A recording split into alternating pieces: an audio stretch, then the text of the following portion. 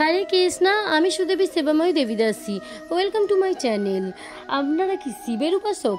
আপনারা কি শিবকে সন্তুষ্ট করতে চাইছেন? তাহলে আপনাদের জন্য একটা বড় সুযোগ চলে এসেছে। এই শ্রাবণ মাস, পৌরাণিক মতে শ্রাবণ মাসকে শিবের মাস বা বাবার মাস বলা হয়। এই মাসে শিবের মাথায় জল ঢাললে, শিবের আরাধনা করলে অনেক ফল লাভ হয়। সন্তুষ্ট হয়ে বিশেষ আশীর্বাদ করে যাতে আপনাদের জীবন সুখময় হয়ে ওঠে, জীবনে কোনো অশান্তি না থাকে, আপনাদের আর্থিক উপার্জন হয়। তো আপনারা অবশ্যই এই মাসের ব্রত পালন করবেন। এবার আজকে আলোচনা করব এই মাসে কি খেলে শিব সন্তুষ্ট হবে আর কি খেলে শিব রেগে যাবে।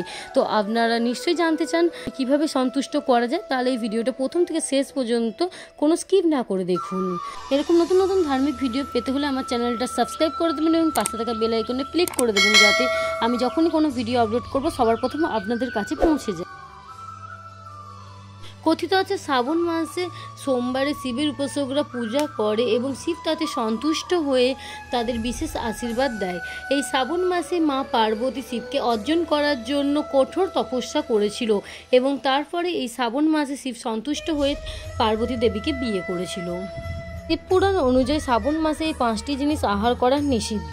সেই 5টি জিনিস হলো, শিবপুরাণে বলাই আছে এই শ্রাবণ মাসে বেগুন, শাক, কাঁচা দুধ খাওয়া যাবে না, কারণ এই মাসে যদি এগুলো খান তাহলে শিব রুষ্ট হবে, রেগে যাবে, আপনাদের অভিশাপ দেবে, আশীর্বাদ দেবে না। তো আপনাদের ব্রত করা বৃথাই হয়ে যাবে। তাই এই মাসে এগুলো একদম ভুলেও খাবেন না।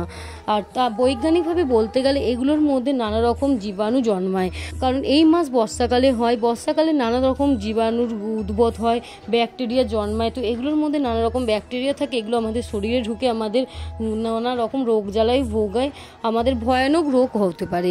তো এর জন্য আপনারা এই মাসে এগুলো খাবেন না। এমনিও আপনারা সকলেই জানেন বর্ষাকালে এমনি সবারই রোগ জ্বালা, জ্বর, সর্দি কাশি সব হয়। এই সময় আমাদের ইমিউনিটি পাওয়ার নষ্ট হয়ে যায়, রোগ প্রতিরোধ করতে পারি না। এবার বলি, এই মাসটা সারা মাসটা আপনারা অবশ্যই নিরামিষ আহার গ্রহণ করবেন এবং মদ্যপান করবে না। শিব ঠাকুর নিজে ছিলেন পরম বৈষ্ণব, তিনি কোনোদিনই আমিষ আহার গ্রহণ করতেন না, তিনি সবসময় নিরামিষ আহার গ্রহণ করেন। তো আপনারা শিব ঠাকুরকে সন্তুষ্ট করতে হলে এই মাসটা পুরোটাই নিরামিষ আহার গ্রহণ করবেন, ভগবানকে ভোগ লাগিয়ে প্রসাদ করে পাবেন। আর আপনারা অবশ্যই একাদশী তিথি পালন করবেন। একাদশী তিথি পালন করলে শিব সন্তুষ্ট হবে, কারণ উনি নিজেও পরম বৈষ্ণব ছিলেন, উনিও একাদশী করতেন। তো শিবকে সন্তুষ্ট করতে আপনারা সকলেই একাদশী তিথি পালন করবেন। একাদশী কিভাবে পালন করে, একাদশীতে কি খাওয়া যায়, এই সব ভিডিও লিঙ্ক আমার ডেসক্রিপশন বক্সে দেওয়া আছে, আপনারা চাইলে দেখতে পারেন। এরকম নতুন নতুন ভিডিও দেখতে হলে আমার চ্যানেলটা সাবস্ক্রাইব করে দেবেন, video like, comment and share করে দেবেন। হরে কৃষ্ণ, আবার দেখা হবে নেক্সট ভিডিওতে। আজকের জন্য এইটুকুই। হর হর মহাদেব।